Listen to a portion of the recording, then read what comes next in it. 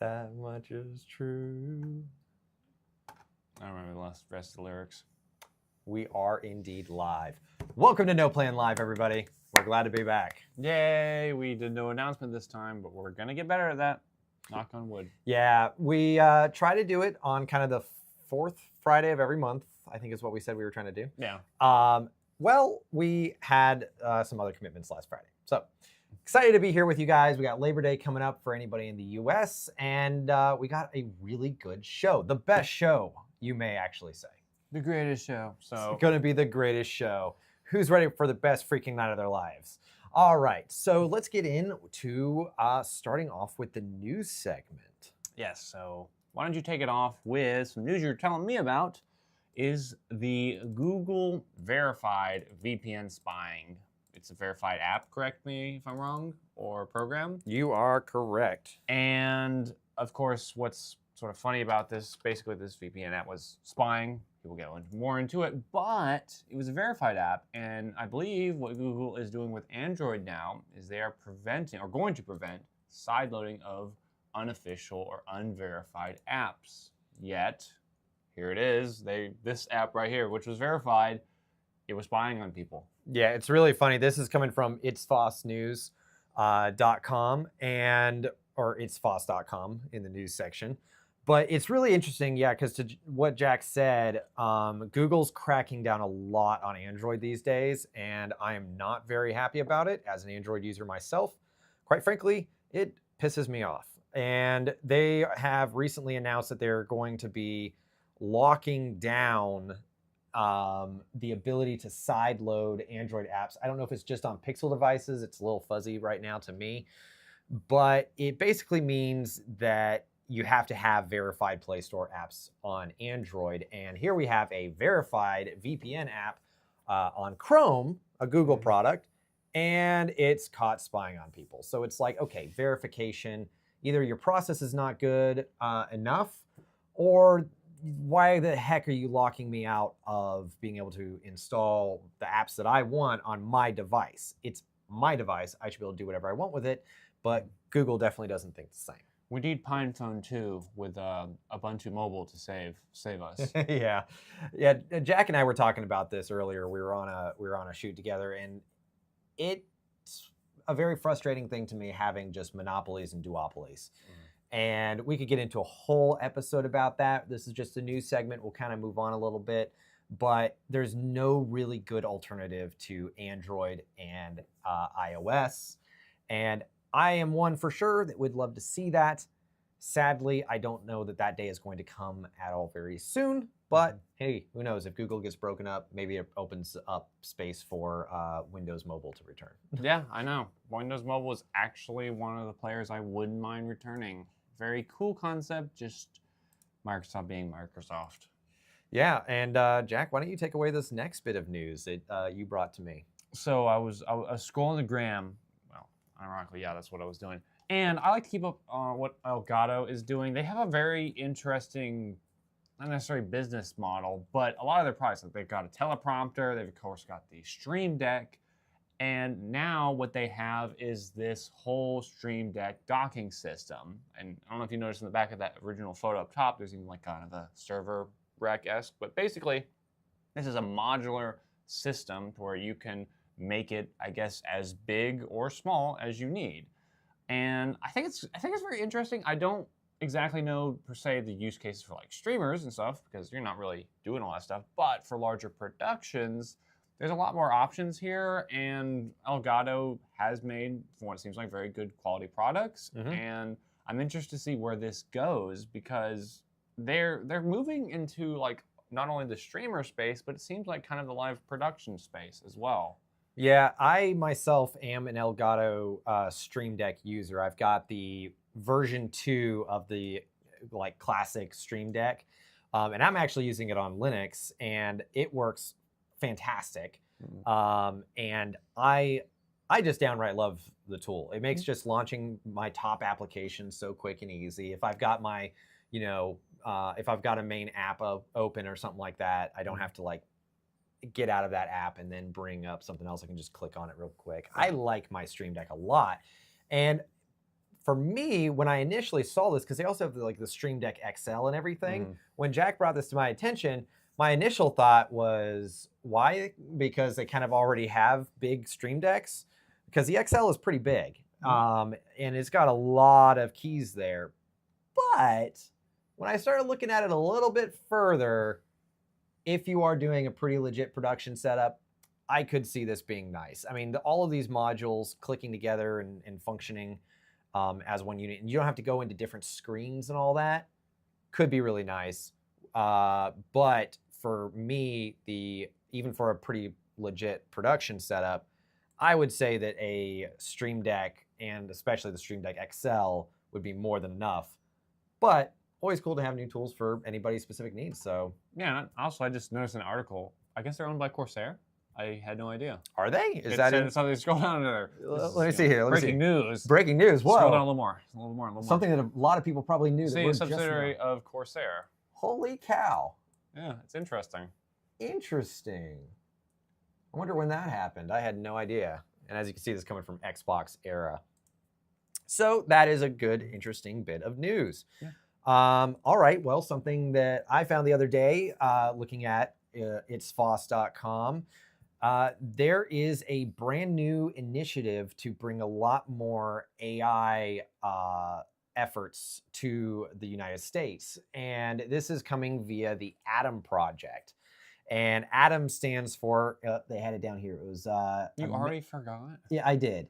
American Truly Open Models. Yes, that is a stretch of an acronym. But it seems like a really cool initiative, because a lot of this is to kind of combat a lot of the pulling ahead that China has done. And we're not going to get political on the show at all. But and also to take over where closed AI basically, dropped the ball, kind of. Yeah, that if I was on the wrong camera, but yeah, closed AI is what Jack said. That we'll get into that in a second. But it looks really cool because China has pulled ahead a lot with like DeepSeek and a lot of other open source AI models and everything. And this seems like something that could get us a lot of other really good open source models out there. Of course, Facebook or Meta has done a lot of great open source models for different things. Google has done, I mean, a lot of them have open source models, but this one is, I don't know if consortium is the right term, but it's kind of one. I mean, that's a lot of like people from OpenAI and other organizations coming together and basically focusing on this. And like I can see it trickling to lesser known devices or really more independent projects, perhaps. Yeah. And I think that would be the biggest plus of this, is actually having an open or AI for American companies, tech companies, to start implementing it. Yeah, I would absolutely love to see more. And at least there's some legit people behind this project, so we may see some good, cool stuff. Knock on wood that it stays open and that it works out. I'm excited. All right, so that's it for the news. Jenna says that t-shirt is in fact invisible. That is very true. If you guys have any notes on what we just went over in the news segment, do let us know and we will answer it live here on the show. Get into that chat. All right, so moving on into our main segment. And today we have two main segments for you. I don't know what I was doing with my hands. Two main segments. So starting off with one that Jack was really wanting to cover, and that is the Pebble smartwatch. The Pebble is back. Now, I never used a Pebble back in its heyday. I heard a lot of good things. I heard a lot of people that they had Pebbles. They really loved Pebbles. And then, as far as I know, as the story goes, Google, correct me if I'm wrong, yeah, Google kind of killed it. I can't remember if it was Google or not, but I think you're right. Partnership with them. And I know that basically, because it's a little bit of an odd situation on how sort of he was able to get it back, because I know that the company was shut down, people couldn't use the Pebbles anymore, but now they're back. And I think this is a really cool, like, smartwatches are kind of an interesting market. They're really actually pretty practical. And I think a lot of people don't necessarily want to be necessarily part of Apple's ecosystem or Google's, and having this sort of be a more, it's not necessarily open source per se, or is it? I think the original one did have some open source components, but I could be totally wrong on that. I didn't have a Pebble either. I'm going to a blank. I had a bunch of notes about this. I'll be 100%. I completely forgot them, because one of the things is that I was focusing on it that the fact that there's a new sort of, not necessarily competitor, but a new option Mhm. for smartwatches, and it's not that expensive either. Yeah. For me, I actually love the look of this new, I don't know if it's the Duo that they were shown in this photo or not. In the comments, let us know if you know which one this is. I think this is the Duo because the Pebble Time 2, I really don't know. I really don't know. Pebble Time 2. Okay, so that must be the Pebble Time 2. So this one I really like the looks of because it is kind of more like a traditional smartwatch, but simplified. And there's obviously a lot from Google and Samsung. I mean, they've all got their smartwatches, but they're basically a smartphone on your wrist, which can have really nice features and functions. But what I like about this is while it still has the ability to like read messages and stuff like that, clearly it looks far more traditional watch, which means I can get my updates, I can get my notifications, but I'm not going to be sitting there. You're not scrolling Instagram on your. Yeah, it's not just it's not just a replacement for the smartphone. So I like that. So I haven't worn a watch full time since I was 5. yeah. Well, no, legitimately probably about 15. I think that was when I got my first phone. It wasn't a smartphone. But I think that was when I got my first phone was when I was 15. And I just kind of immediately was like, well, I mean, I'll just check the time on my phone. And I've always loved the idea of watches. It's kind of like, libraries. I'm not a huge reader, but I love the idea of libraries. I know it sounds silly. I think a lot of people have that feeling though. Maybe I'm wrong. But with the idea of wearing a watch, it just kind of went away, but I still like the idea of wearing a watch. And so I got the Pine Time, which is connected to the Pine phone, Pine 64. And I wore it for a while, and really it was kind of the fault of the Pine Time. It had a lot of early firmware. It's a toy for people who are into tech, and it's a lot of fun to play with. Practical use, much like the Pine phone, which is a fantastic video. You should totally check it out on our channel. Yes, check out our channel, our video on that. It's limited by the firmware hardware. Basically, what I'm saying is the Pine Time did not get me back into wearing a watch. Yeah, but this could. Yeah, I'm interested to see. I might get one. I recently got an Atari watch, which I might make a little video about. That thing is cool. It is cool. There's a few caveats, which I don't know if it's going to be like a little short or video that we're going to be on the channel, but we're going to show it off because it is kind of cool. It's from Atari. However, its drawbacks is that it's completely isolated. It's not connected to the phone. And so there is an aspect of me that would like it connected to my phone. So if I'm on a shoot, I'm running, I could just, look at my watch, I'm good to go. And the Pebble is an interesting contender that I really hope succeeds. I think there's a lot of people that are excited. I've seen in the comments, people are like, hey, I really love the original Pebble. Now I get it back. I'm really excited. And I think a lot of people are as well. Yeah, no, I would really like to see it. I think it's something that's super cool. But you know what, Jack? I think that in between these main segments, is there anything else you wanted to go over with the Pine Time or with the with the Pebble?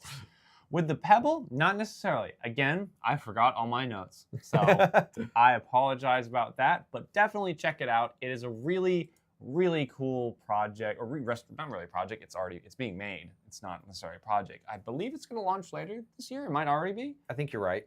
But let me see. So we got Jojo Bob Bubble, Mr. Bubble. Jojo Bob Bubble. This is. But why choose an invisible shirt? He says. Brand new merch. Actually, this would not be a bad merch idea, in my opinion. For no one has ever gotten this idea because when we're on shoots, people are like, what does that mean? But it's because of green screen. Yeah, we walk around and people will sit there and look at the shirt and be like, what does that mean? And then you explain it and it's like, oh. And some people get it immediately. It's great.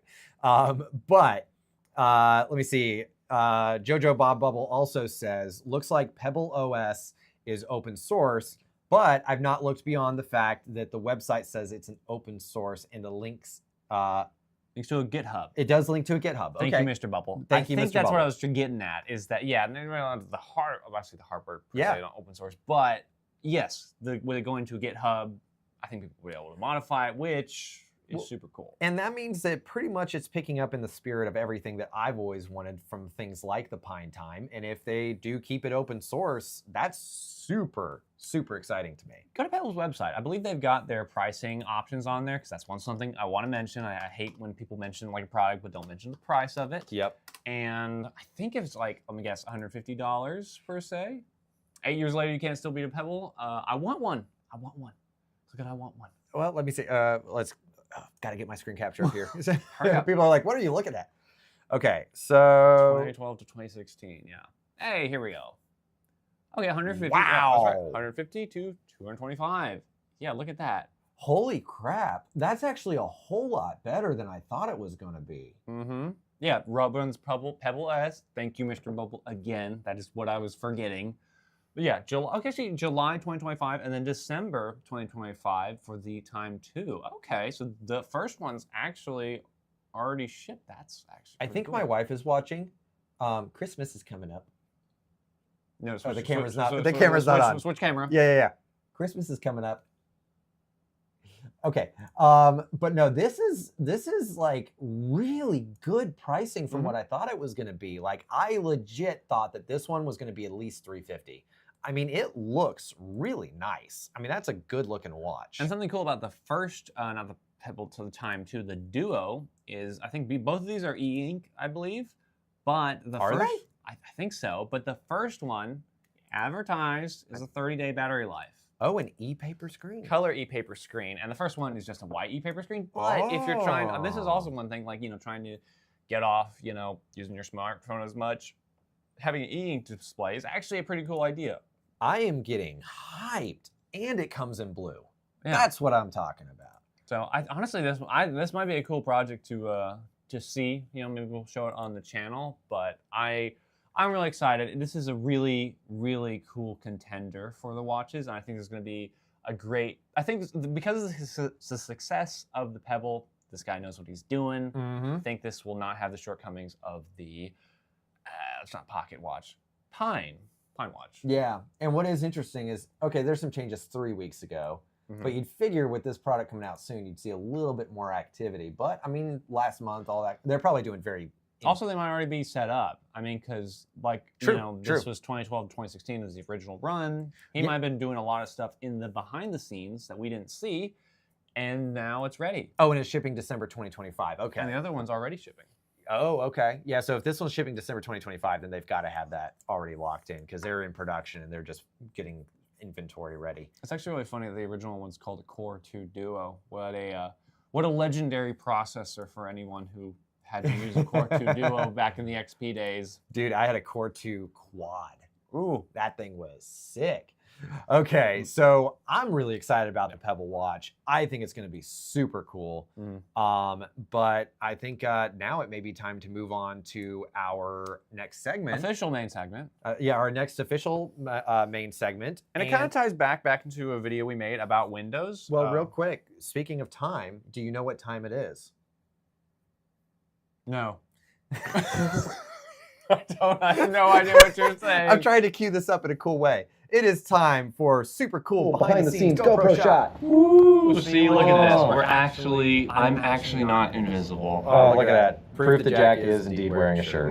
Yes, indeed. Yeah. So we got our little behind the scenes camera here. Our super awesome live streaming setup. We're going to be experimenting with multiple cameras in the future. Oh no. I am so sorry about that audio. That was probably really terrible. It was using the on-camera mic.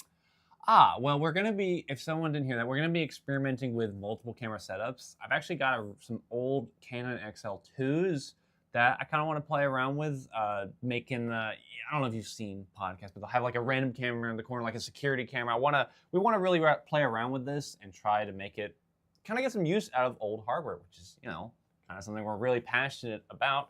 So this is kind of a cool test.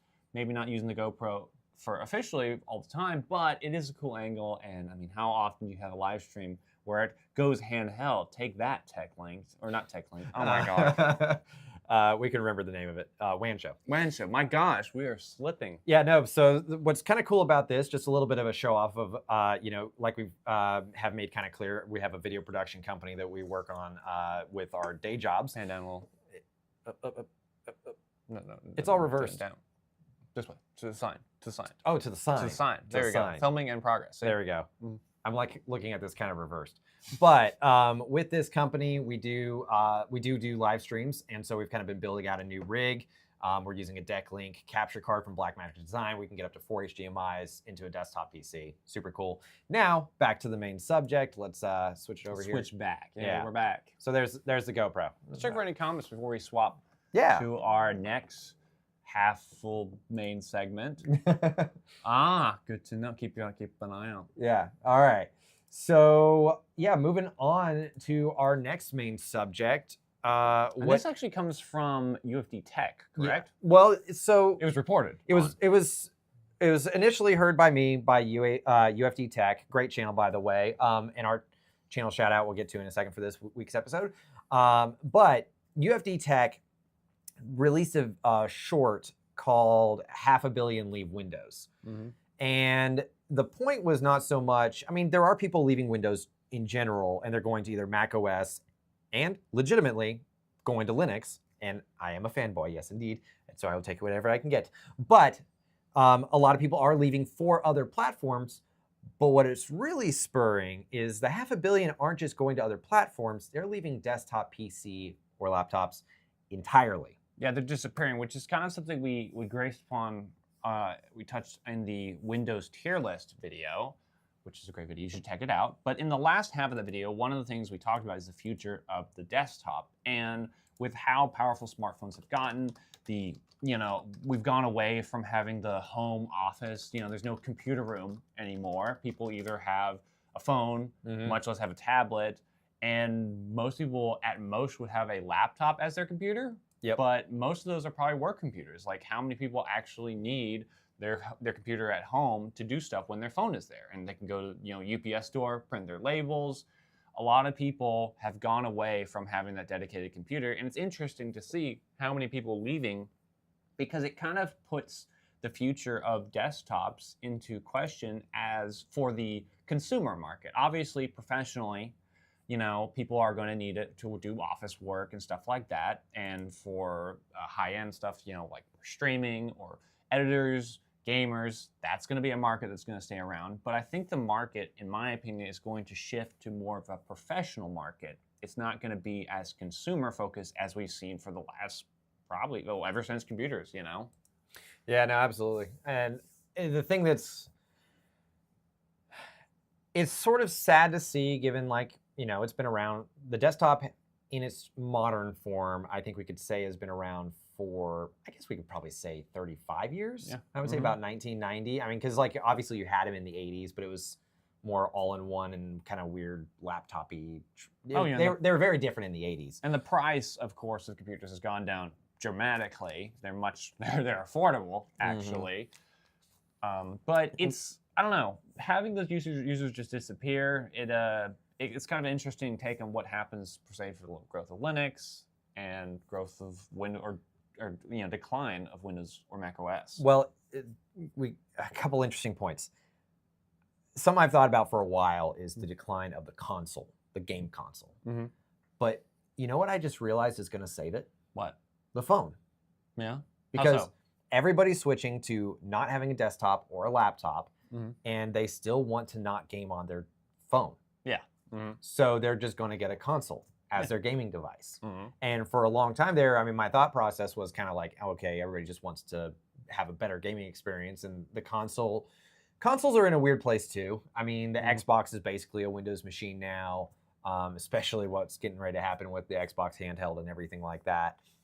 But I think the cell phone, the smartphone, will actually be something that would save the game console. Yeah, I think that's a fair assessment because, people, of course, one of the biggest pluses of consoles is the idea because with computers you're going to have an issue. You come home, you're going to have to update a game. But a console, typically, it's on all the time. It's going to update. You can just get in, play games, have fun. Yeah. You don't have to tweak around with it. And I think that's a good point, actually, that for consoles, it would actually help with that, especially, since Xbox doesn't really have any exclusives. The joke with PlayStation is that there's been no games for a long time. I feel like since the PS5, that's kind of been a joke. There obviously are, but much less compared to previous generations. Well, correct me if I'm wrong, they're actually even releasing PS games now for Xbox. Oh, yeah, I think that's something that's happened. And, with Xbox basically having everything on Windows as well, it's like, well, unless you're a diehard Xbox fan, where's the point in having an Xbox? Yeah. But the decline of the desktop computer definitely, I think, is going to push people back to that. Although what happens to, I guess, the desktop market without that, consumer portion, which I'm not exactly sure how large it is. Obviously, during COVID, there was a huge increase in the computer industry, and a lot of people bet on it. I think a lot of people bet too much on it, and of course, that's exception. It's not going to last. But I don't know. What do you think? Do you think it's going to go to where maybe more expensive, it's enthusiast driven, and it's only business to business rather than to consumer, and you're not going to see them as much? What do you think? It's difficult. I think a lot of the future is going to be SoC because System on a chip. Yeah, system on a chip. Because you've even got Framework coming out with their desktop now, which has a soldered RAM and I believe it's a soldered CPU. That's actually a cool thing to bring up. Essentially an SoC. Yeah, that's actually a cool thing to bring up because system on a chip, obviously you've heard about the, neural AI chips, or they're not neural chips, but they're AI chips in laptops that are coming out.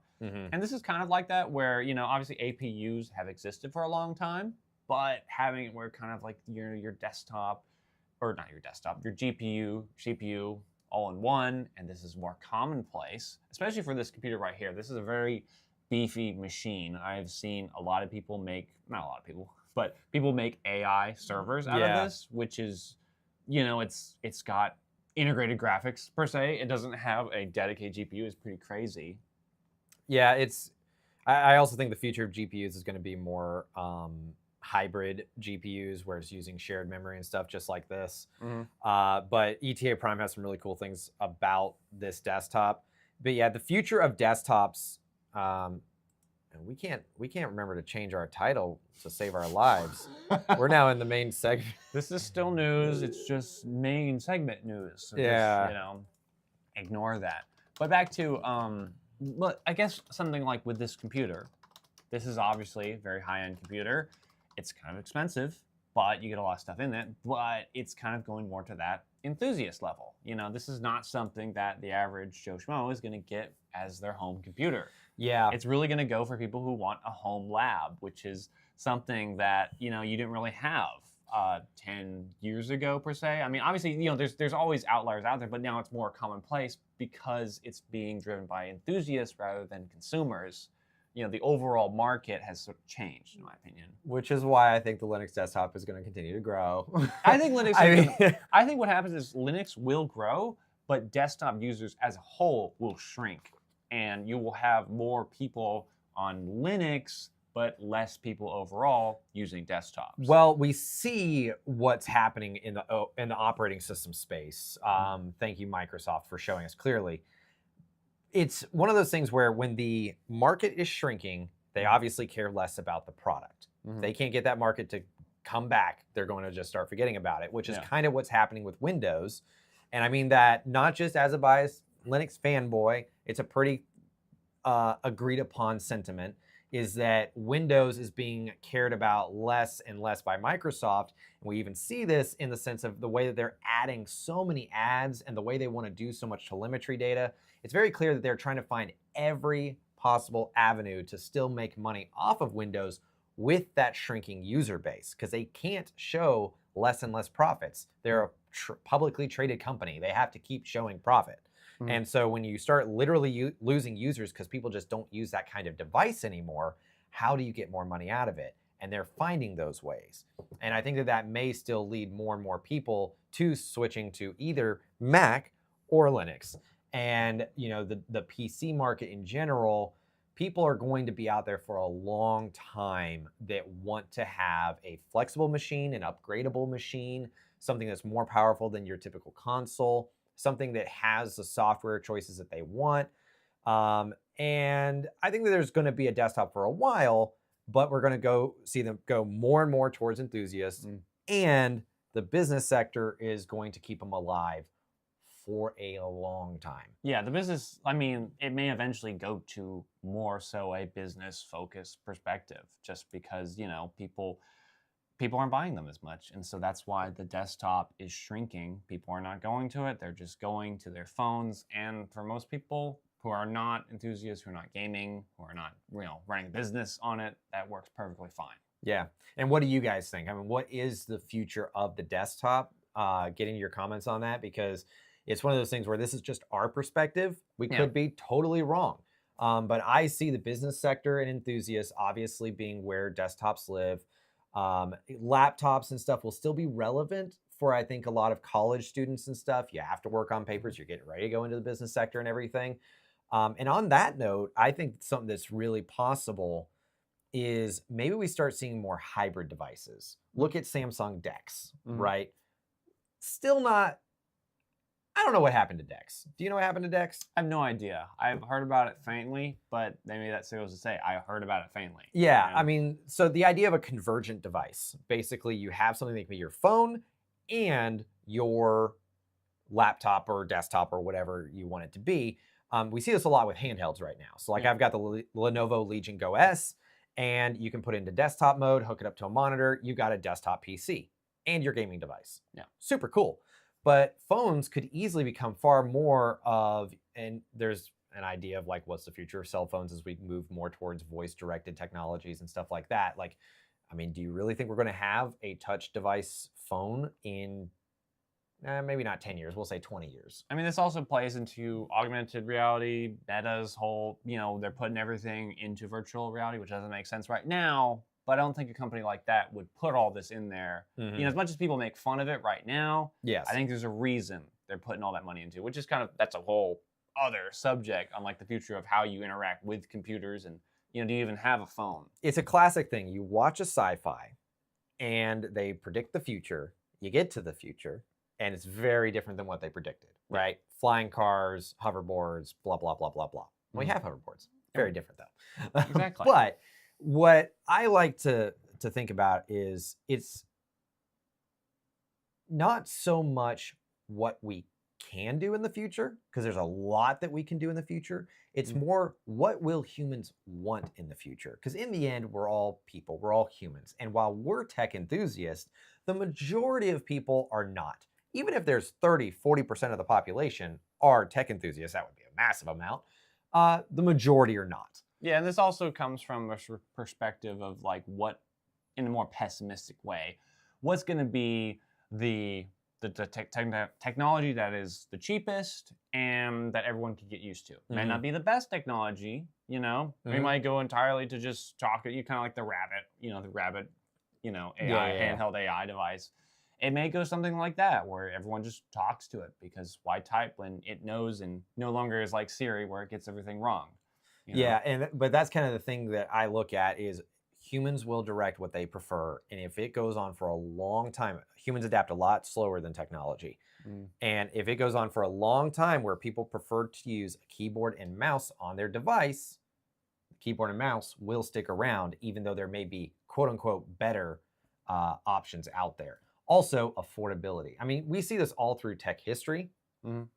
Look at one of the prime examples that I look at is Betamax versus VHS. As a video guy, that's an example I can go to. Betamax, this is really nerdy in the video space, but Betamax was a superior image and just kind of a better technology. Well, what ended up happening is Betamax started getting used by all the professionals who needed that better image and everything, but the consumers preferred cheaper. And so they sacrificed a better quality image for a cheaper option. And that ended up being VHS. And so as we look at the future of the desktop, will people want these newer devices? Because there's a lot of things that could get into play with, like, maybe, I mean, we see this with Gen Z. Gen Z is dropping a lot of technologies because they don't want to deal with them.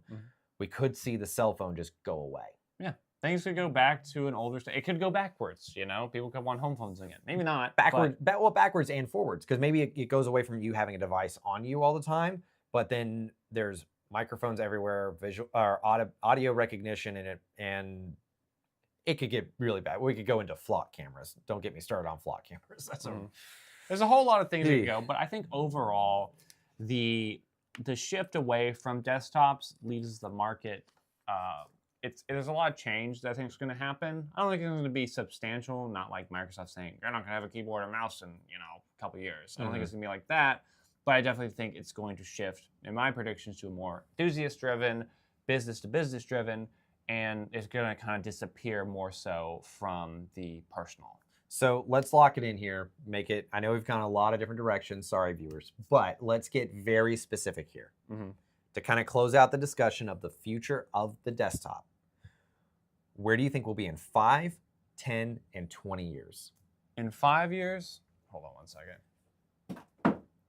In 5 years, I think that we're going to still be using desktops in the same way. I don't see it being changing that much. Maybe a slight decline. 10 years, there's a lot of change that can happen with everything with Meta, everything with the what is it, neural chips, AI. There's a lot of fluctuation that could occur that could change the way. One of my predictions, I'll just throw this out there. I feel like that Google Glass might come back. That kind of technology, augmented reality. I honestly think going past that is, I don't think we can really predict that. I think definitely nothing's going to happen, like I said, in the next 5 years, maybe not in the next 10 years, but around that 10-year mark, I could definitely see big changes in how we interact with the Internet of Things around us as technology grows, gets cheaper because it's easier to produce, and it's more accessible. My prediction is in a 5-year span, we will see a still slight decline in desktop/laptop users. 10 years is a tougher one. I think it's going to be a pretty heavy decline, and we're probably going to see a lot more convergent devices. And then in 20 years, I think that the only existence is going to be massive enthusiasts and the business sector. So really, like, in the general population, we'll use the United States as an example. In the United States specifically, we could see probably in 20 years only about a 20% usage of a desktop machine. Yeah, that's my prediction. I think that's fair. I mean, honestly, I don't have a prediction. I think 20 years that's too far out, but there's definitely going to be a mix-up coming up. Yeah, absolutely. I think we'll have to look forward. Maybe not look forward to it, but it's going to be a mix-up. Yeah, absolutely. And I think convergent devices could be a legitimate future. It's something that hasn't been explored that much. This is kind of be my final point. Like, convergent devices kind of started, actually, convergent devices pretty much started with Ubuntu. Funny enough, if you go back to about 2014 or so, I want to say, maybe 2015, Ubuntu or Canonical announced that they were creating a all-in-one operating system ecosystem. And that really included, basically, you were going to have Ubuntu on a desktop, on a TV, on a cell phone, and I think they gave a couple other examples. And you can go back and look at it. It's actually very fascinating. It's before Samsung DeX. And that pretty much died out pretty quickly. I think they just had to do the corporate thing where they repositioned themselves and figured something else out. But then Samsung DeX comes in. And Samsung DeX was actually kind of popular for a little while. And there are laptops that don't have any computer in them. And it's a screen, big battery, keyboard, and trackpad, where you can put a phone in there and you can do Samsung DeX in a laptop type style. It already exists. But maybe we see a lot more popularity on that front, because I think people are still going to want large devices. We see this with YouTube. YouTube big screen is actually massively popular. Roku and Amazon Fire Sticks. It's not like everybody is going just downright to their phone. They want a big display. And so TVs are sticking around just fine. And so I know this is really long-winded. I'm just saying I think we may see more convergent devices. I hope so. I like the idea of convergence. I never used a convergent device, but with handhelds, AI chips, there's definitely a possibility that people, even not prosumers, enthusiasts, if the technology gets good enough in a small enough package, you could have it to where, like you're saying, you plug in your keyboard, plug in your laptop, maybe just that's your TV. You plug in your TV, wirelessly connects, everything's on there. There's no hardware other than your phone. Yeah. And that's how you access the world. Yeah, very possible. Well, I think that pretty much wraps up. You got anything else on the subject of the future of desktops? Not really. I think that, like I said, I think it's going to be interesting. Yeah. And sorry. But just a reminder, we will get in all of your questions as much as possible. So if you ask anything before the end of the show, we will get it asked. Put it down in the comments. Yeah. All right, so moving on, we have another. I'm going to change this title before we get into it. Oh, we're gonna update it ahead of time because we're going to go into what's going on with NoPlan in the future. Maybe not 20 years out of NoPlan, but the few months ahead future for NoPlan itself, which is now updated. Yay! Yeah. No, now it's updated. Yay! Time for the NoPlan update. Well, our latest video was our $2,000 PC build, which was completely opposite of our $100 PC build. And it was a very fun video to do. Sadly, it has not performed nearly the opposite of the $150 bill. Yeah, the $150 build did really well. A lot of our videos in that vein have done really well. We're not sure why this one didn't do so well. We kind of want to probably change it to be the ultimate Linux $2,000 PC build. A lot of our Linux content is done really well. If you guys think that that would be a good angle for it, let us know in the comments below. But it's already a great video. If you haven't seen it, go check out that video. It was a lot of fun. It was a really cool build. And I think for the $2,000 price mark, there's not much better out there currently in the hardware space. Oh yeah. Personally. I mean, again, I really like the video as well, but I think it also, I mean, a lot of people in the Linux space are going for more of like the eBay build, $100 server, $100 gaming PC, $100 workstation. And yeah, if you have any suggestions or what's your take on the video, because it'd be interesting to see more opinions on what people thought about that. Because we're always trying to be flexible with our content. We always want to make stuff that we want to make, but we're always willing to listen to see what people want. Yeah, and your guys' feedback helps us out a lot because it lets us know what you guys want to see here on the channel. So definitely always be commenting and letting us know what you want to do. I think we've definitely done a few videos that are based off of comments, and they've done really well. So we appreciate it. And a few that we've just wanted to do and they weren't necessarily popular, but we had fun making them, which is what we want to do. Which a video that kind of goes back to, I guess, our roots. Yeah, is where I'm fixing a Tough Book. It's something I got at a local store flea market. It's Dell Tough Book, right? A Dell Tough Book. I'm not gonna say much more than that, but it was missing a few pieces. Did a little more of a restoration for a laptop. Really cool video that's gonna be coming up. It's probably the next one coming up next month. And yeah, not to say too much, but if you're looking into buying a used Tough Book, or maybe it's one that's missing a few parts, this could help you in your journey. Yeah, the Tough Book. Yeah, I mean, he was showing it to me. It's a very it's very cool the way it's engineered because everything is very much made just for that device. It's not like they're taking parts from other computers and stuff like that. They have to make things very specifically for the Tough Book. So keep an eye out for that video. Will be really cool. Another thing that we're going to be working on, I think we've teased it a little bit before, is I've got a Monte Carlo SS, a 1985, and we're going to be doing a lot of build videos on that over time. It's going to be a ton of fun. The first thing that has to happen, though, is I have to get this Dakota Digital dash installed in the Monte Carlo because none of the gauges work. And I'm not a wiring guy, so I'm going to be taking that to a shop, actually getting that done. And then hopefully after that, we can do some actual build content. If you guys are into automotive build content, definitely let us know what kind of things you like to see with that. And yeah, we should have a whole lot of fun with that here on NoPlan. Yeah, we've mentioned it before, but NoPlan inherently was not supposed to be a tech channel. We don't mind. We love doing tech, but it's also supposed to be kind of what there's no plan. And one thing we like is automotive content. We've never been able to really get into the space. I know the first video we did kind of automotive, more mechanical. And it did well. It did well. It did very well. And so this is kind of a callback. It's something we want to get into, is doing with Monte Carlo and potentially other projects down the line, just getting into build videos potentially. Yeah. Obviously, cars are a lot more expensive than computers, and there's a lot more that can go wrong, but it's something we want to do, and we're really excited for it. I will go bankrupt for cars. Actually, I have. I shouldn't joke about that because I can't go back there. But now it is time for our app suggestion. Suggestion of the show. The show, not the week or the month. We like to show off an app or tell you about an app that one of us has used and we really like. And today, what are we showing? What are you showing us? So I closed out the tab, so let me get that up. But what our app suggestion is for the week is Rapid Raw. Rapid Raw is a new raw image editor that is trying to do like that of Adobe Lightroom.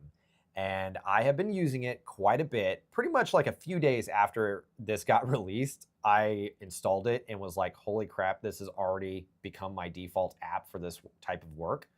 It is incredible. I mean, this is only like a couple month old project. It's completely open source.